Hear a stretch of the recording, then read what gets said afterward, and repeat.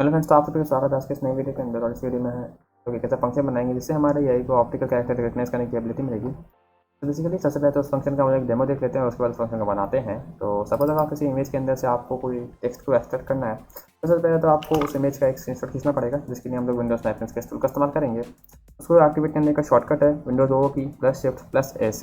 और उसके बाद आपको सिंपली उतने एरिया का स्क्रीनशॉट लेना है और वो क्लिप बोर्ड में सेव हो जाएगा। और उसके बाद हमें अपने एआई को बस कहना है Good afternoon, sir. Optical character recognition English. और इसके बाद जो भी हमने इसको टेक्स्ट दिया था, जो भी यहाँ पे हमने इमेज दी थी, उसके अंदर जो भी टेक्स्ट होगा वो उसको एक्सट्रैक्ट करके हमारे क्लिपबोर्ड में सेव कर देगा। जैसे कि अपने क्लिपबोर्ड में देख सकते हैं, हमने ये इमेज का स्क्रीनशॉट लिया था और उसने इसके अंदर जो भी टेक्स्ट है उसको हमारे क्लिपबोर्ड में सेव कर दिया। और आप जहाँ चाहें इसको वहाँ पे कॉपी भी कर सकते हैं, पेस्ट कर सकते हैं मतलब। ठीक है, सो इस तरह हमारा फंक्शन काम करता है। और ये सब कैसे कर रहे हैं वो सब हम जब कोड करेंगे आपको फिर पता चल जाएगा। तो अब चलते हैं, कोडिंग शुरू करते हैं। तो पहले तो हम लोग कुछ प्रीरिक्विजिट्स को इंस्टॉल कर लेते हैं जिनकी ज़रूरत हमें पड़ने वाली है आगे। सबसे पहली चीज़ हमें एक OCR इंजन की ज़रूरत पड़ेगी। उसके लिए हम लोग टेस्टरैक्ट का इस्तेमाल करेंगे। तो जल्दी से उसको इंस्टॉल कर लेते हैं। चलते हैं उसकी मेन रिपोजिटरी के ऊपर गिटहब पे, और वहाँ पे आने के बाद चलेंगे नीचे इंस्टॉलिंग टेस्टरैक्ट, इंस्टॉल टेस्टरैक्ट या प्री बिल्ड बाइनरी पैकेज। और मैं आपको इस वाले वेब पेज का लिंक नीचे डिस्क्रिप्शन में दे दूँगा, आप सीधे इस वेब पेज पे आ सकते हैं। और उसके बाद यहाँ पे आपको क्लिक करना है बाइनरीज के ऊपर और फिर अपने सिस्टम के हिसाब से बाइनरीज को इंस्टॉल कर लेना है। तो मैं विंडोज़ में तो विंडोज़ पे जाऊँगा और उसके बाद 32 बिट या 64 बिट के हिसाब से अपना इंस्टॉल कर लें। तो मैं 64 बिट सिस्टम है, इसके मैंने 64 बिट वाले इंस्टॉल कर रखा है ऑलरेडी। और जब आपका ये इंस्टॉल हो जाए उसके बाद आपको सिंपली जाना है जहाँ पे आपने अपना इंस्टॉल किया है और उसके बाद आपको सिंपली उसको डबल क्लिक करना है। एंड जैसे नॉर्मल इंस्टॉलेशन प्रोसेस होते हैं उनको फॉलो करना है और वो इंस्टॉलेशन शुरू हो जाएगा। सबसे पहले तो वो डेटा को अनपैक करेगा एंड उसके बाद आपको यहाँ पे लैंग्वेज सेलेक्ट करनी है। मैं इंग्लिश से चलूँगा। आपको ये वाला प्रॉब्लम नहीं आएगा, मुझसे बस पूछ चाहिए कि या अगर आप पुराना वाला टेस्ट डिलीट करना चाहते हैं। नहीं तो मैं डिलीट नहीं करूँगा। आपका इंस्टॉलेशन ऐसा शुरू होगा, आपको सिंपली नेक्स्ट करना है, फिर एग्री करना है। उसके बाद यूज़र पूछेगा, अगर आपको सिर्फ इस यूज़र के लिए इंस्टॉल करना है या फिर सभी के लिए, आप चूज़ करना है अपने हिसाब से। और फिर यहाँ पे आने के बाद ये आपसे लैंग्वेज वगैरह पूछेगा। मतलब एक इंग्लिश की बाई डिफ़ॉल्ट लैंग्वेज आती है, पर अगर आपको एडिशनल लैंग्वेज जैसे कि हिंदी वगैरह ऐड करनी है तो आप वो भी कर सकते हैं। आपके पास यहाँ पे एडिशनल स्क्रिप्ट डेटा में उस लैंग्वेज की स्क्रिप्ट होती है। जैसे कि हिंदी के लिए जो स्क्रिप्ट है वो देवनागरी है, तो उसको सेलेक्ट कर लें। और उसके बाद एडिशनल लैंग्वेज डेटा में आपकी जो भी लैंग्वेज है आप उसको सेलेक्ट कर लें। तो यहाँ पे मैं हिंदी सेलेक्ट कर लेता हूँ। वैसे मैंने हिंदी और इंग्लिश दोनों को इंस्टॉल कर रखा है ऑलरेडी, तो मैं वो बस दिखा रहा हूँ आप लैंग्वेज और उसको कैसे सेलेक्ट कर सकते हैं। फिर सिलेक्ट करने के बाद आपको सिंपली नेक्स्ट करना है। फिर आपसे पूछेगा इंस्टॉलेशन लोकेशन, आप जो भी चूज़ करना चाहे कर सकते हैं। मैंने इसको लोकल डिस्क के अंदर ऑलरेडी इंस्टॉल कर रखा है। मैं इसके आगे जैसे आप नेक्स्ट करेंगे ये इंस्टॉलेशन शुरू हो जाएगा जहाँ पे भी आपने इसको लोकेशन दी है वहाँ पे। ठीक है, तो अब हमारा टेस्टरैक्ट इंस्टॉल हो चुका है। तो अब हम लोग 3 पाइथन लाइब्रेरीज को इंस्टॉल कर लेते हैं। सबसे पहले तो हमारी पाइटेस्टरैक्ट से बेसिकली हम लोग टेस्टरैक्ट इंजन के साथ इंटरैक्ट करेंगे, तो उसको इंस्टॉल कर लेंगे एनाकोंडा के लिए। आपको सिंपली पहला कमांड लेके कॉपी करना है और अपने टर्मिनल में जाके पेस्ट कर देना है। उसके बाद हम लोग इंस्टॉल करेंगे पाइपर क्लिप को। पाइपर क्लिप का इस्तेमाल हम लोग क्लिप बोर्ड से इंटरैक्ट करने के लिए करते हैं, और उससे हम लोग इंटरैक्ट क्यों करेंगे ये आपको खुद ही समझ आ जाएगा। हम लोग कोड करेंगे अपने फंक्शन को। पाइपर क्लिप को इंस्टॉल करने के बाद फिर आपको इंस्टॉल करना है OpenCV को। मेरी ये तीनों चीज़ें ऑलरेडी इंस्टॉल्ड हैं, मैं उसको दोबारा इंस्टॉल नहीं कर रहा। आपको कुछ नहीं करना था, पहला कमांड जाके पेस्ट कर देना है अपने टर्मिनल के अंदर। तो ये तीनों पाइथन पैकेजेस को इंस्टॉल करने के बाद अब हम चल सकते हैं कोडिंग के ऊपर। अब चलते हैं अपनी AI function.py वाली फाइल के ऊपर। वहाँ पे जाके हम लोग एक फंक्शन बनाते हैं ऑप्टिकल कैरेक्टर के नाम से। और सबसे पहले तो हम लोग जितने भी नेसेसरी इंपोर्ट्स हैं उन सबको इंपोर्ट कर लेते हैं। इंपोर्ट पाइप टेस्टरैक्ट, इंपोर्ट CV2, के बाद import pyperclip and then हम लोग लास्ट इंपोर्ट करेंगे अपना from CIL import ImageGrab. ठीक, तो अब चलते हैं अपने इनिशियलाइजेशन वाले पार्ट के ऊपर। और उसके बाद हम लोग सबसे पहले तो पाइप टेस्टरैक्ट को बताएंगे कि हमने अपना टेस्टरैक्ट कहाँ पे इंस्टॉल किया है। तो यहाँ पर लिखेंगे हम लोग पाइप टेस्टरैक्ट.py टेस्टरैक्ट.cmd। और उसके बाद हमें यहाँ पे अपना फाइल पार्ट डालना है जहाँ पे हमने इंस्टॉल किया अपने टेस्टरैक्ट इंजन को। चलते हैं जहाँ पे आपने इंस्टॉल किया अपने टेस्टरैक्ट इंजन को, मैंने उसको लोकल डिस्क D में OCR नाम के फोल्डर के अंदर इंस्टॉल किया है। और वहाँ पे आने के बाद हमें सर्च करना है टेस्टरैक्ट.exe को। तो ये रही, तो हमें इसका फाइल पाथ कॉपी करना है। क्या लिखेंगे टेस्टरैक्ट.exe, Ctrl+C। उसके बाद हम इसके यहाँ पे पेस्ट कर देंगे और जहाँ जहाँ फाइल पाथ में बैकस्लैश लगे वहाँ एक और बैकस्लैश लगा देंगे। तो अब हमने यहाँ पे पाई टेस्टरैक्ट मॉडल को बता दिया कि हमने टेस्टरैक्ट कहाँ पे इंस्टॉल किया है। अब चलते हैं फंक्शन के ऊपर, उसको आगे बनाते हैं। तो सबसे पहले तो हम लोगों को अपना स्क्रीनशॉट क्लिपबोर्ड में सेव किया उसको ग्राफ करना पड़ेगा। तो उसके लिए हम लोग यहाँ पे लिखेंगे image graph dot graph clipboard. तो बेसिकली क्या करेगा, जो भी हमारा क्लिपबोर्ड का टॉप मोस्ट आइटम होगा उसको लाएगा और यहाँ पे हम लोग उसको स्टोर कर देंगे इमेज नाम के वेरिएबल के अंदर। ठीक है, उसके बाद हम लोग ट्राई करेंगे इस इमेज को सेव करने की। तो इमेज डॉट सेव हम लोग क्लिपबोर्ड डॉट PNG नाम से सेव करेंगे, क्लिपबोर्ड डॉट PNG। और उसके बाद अगर कोई एक्सेप्शन आता है तो हम उसको एक्सेप्ट कर लेंगे, एक्सेप्ट एक्सेप्शन। और उसके बाद यहाँ पे स्टिक कर लेंगे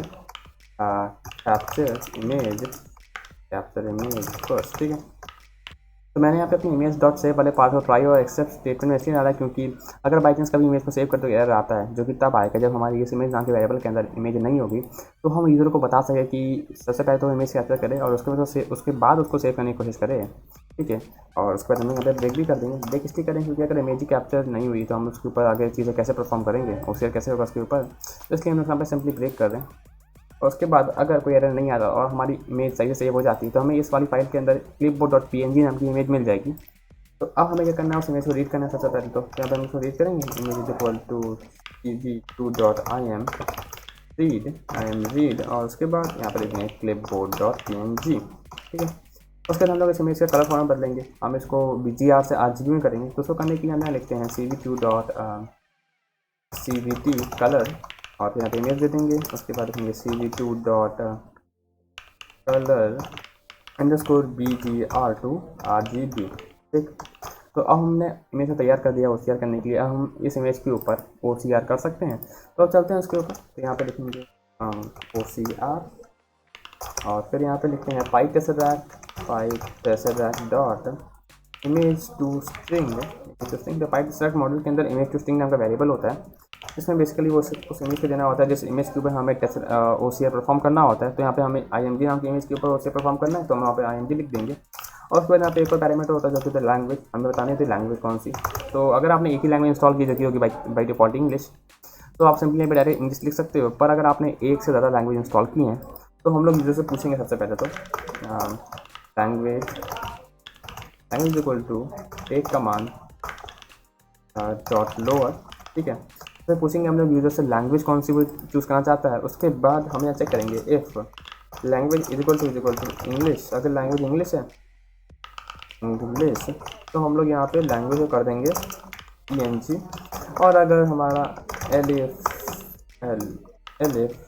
हमारा लैंग्वेज है हिंदी तो हम लोग यहाँ पे लैंग्वेज को कर देंगे HIN, क्योंकि हमें इस लैंग्वेज नाम के पैरामीटर के अंदर लैंग्वेज को ENG HIN इस तरह के देना होता है। इसलिए अगर हम लोग बोलेंगे इंग्लिश तो हम लोग उसको पहले ENG कर देंगे ताकि बाद में उसको यहाँ पे एज अ पैरामीटर पास करें। और अगर हमने हिंदी बोला तो हम उसको एज अ HIN कर देंगे ताकि हम उसको यहाँ पे पास कर सकें। ठीक है, और अगर आप हिंदी इंग्लिश या कोई और लैंग्वेज दे लें तो उस लैंग्वेज को भी इसी तरह से चेक करके उसको कन्वर्ट कर दें उसके शुरुआत के 3 लेटर में, ताकि आप यहाँ पे पास कर सकें। कि अगर आपने ऐसा नहीं किया तो आपको एरर मिलने वाला है। तो हम लिख देंगे लैंग्वेज कर देगा और उसके बाद हम लोग यहाँ पे उसको सेव कर देंगे टेक्स्ट फ्रॉम इमेज नाम के वेरिएबल के अंदर। और फिर यहाँ पे लिखेंगे पाइपर क्लिप डॉट कॉपी। हम कॉपी कर देंगे इस टेक्स्ट को जो हमें यहाँ से मिला है इमेज के अंदर से। ठीक है, तो इसके लिए जैसे आप किसी भी इमेज के ऊपर OCR परफॉर्म करेंगे तो उसका जो टेक्स्ट निकलेगा वो आपके क्लिपबोर्ड में कॉपी देगा, आप डायरेक्टली उसको कॉपी पेस्ट करने के लिए इस्तेमाल कर सकते हैं। तो हमारा ऑप्टिकल कैरेक्टर रिकॉग्निशन वाला फंक्शन बन चुका है। अब चलते हैं टेस्टिंग फंक्शन के ऊपर, टेस्ट कर लेते हैं इसको। यहाँ पर लिखते हैं ऑप्टिकल का रिकॉग और इसके पहले कि इस फंक्शन रन करें हम एक स्क्रीनशॉट खींच लेते हैं। तो इसी फाइल का स्क्रीनशॉट खींचते हैं। यहाँ दबाते हैं विंडोज लो की +S तो हमारा स्नाइपिंग स्केच टूल खुल जाता है। विंडोज लो की +S शॉर्टकट की है स्नाइपिंग स्केच टूल को खोलने की। और उसके बाद यहाँ पे हम इसका स्क्रीनशॉट लेंगे, वो हमारे क्लिपबोर्ड में सेव हो जाएगा। और उसके बाद हम इस फंक्शन रन करेंगे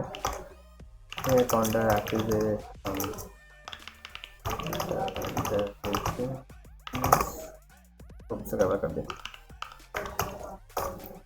उसके बाद हम करते हैं Python testing function dot pi and English.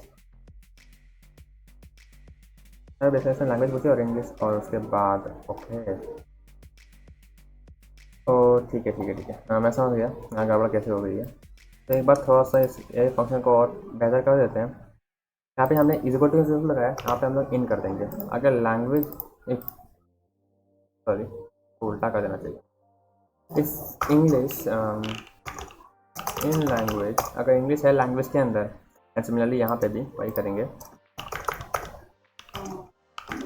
अगर हिंदी है हमारी लैंग्वेज के अंदर लैंग्वेज, तो हम लोग लैंग्वेज को इंग्लिश ENG या HIN कर देंगे, ठीक है। अगर इक्वल टू करने से अगर हमने इंग्लिश के साथ कुछ और भी बोल दिया और उसने रिकॉग्नाइज कर लिया तो हमें एरर मिलेगा कुछ इस तरह का कि वो लोड नहीं कर पा रहा उस लैंग्वेज को। इसीलिए हम लोग यहाँ पे उसको चेक करें कि अगर वो लैंग्वेज के अंदर है तो उसको ENG या HIN कर दे। आई आपको समझ आ गया मैं यहाँ पे क्या कर रहा हूँ बेसिकली, ठीक है।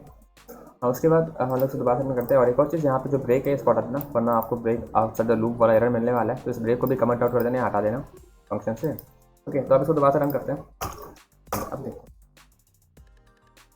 इंग्लिश,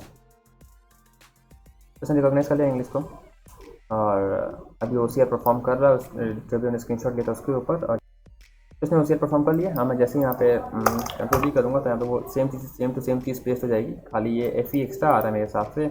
और शायद उसने इस वाले हैश को FE समझ लिया गलती से, कोई बात नहीं, इतना एरर चलता है खैर। और हमारे क्लिपबोर्ड में देख सकते हैं कि हमारी ये वाली इमेज थी और उसको उसने टेक्स्ट एक्सट्रैक्ट करके यहाँ पे क्लिपबोर्ड में वापस से कॉपी कर दिया है। और जैसे कि मैंने यहाँ पे उसको कॉपी कर दिया, तो हमारा ऑप्टिकल कैरेक्टर रिकॉग्निशन वाला फंक्शन एकदम सही से काम कर रहा है, मस्त बढ़िया है। तो अब हम लोग अपनी YT AI वाली फाइल को भी अपडेट कर लेते हैं। यहाँ लिखते हैं ऑप्टिकल कैरेक्टर रिकॉग्निशन क्वेरी। अगर हमने क्वेरी में ऑप्टिकल कैरेक्टर रिकॉग्निशन बोला तो हम लोग अपना ऑप्टिकल कैरेक्टर रिकॉग वाला फंक्शन कर देंगे, ठीक है। तो वीडियो में बस इतना ही, मिलते हैं नेक्स्ट वीडियो के अंदर।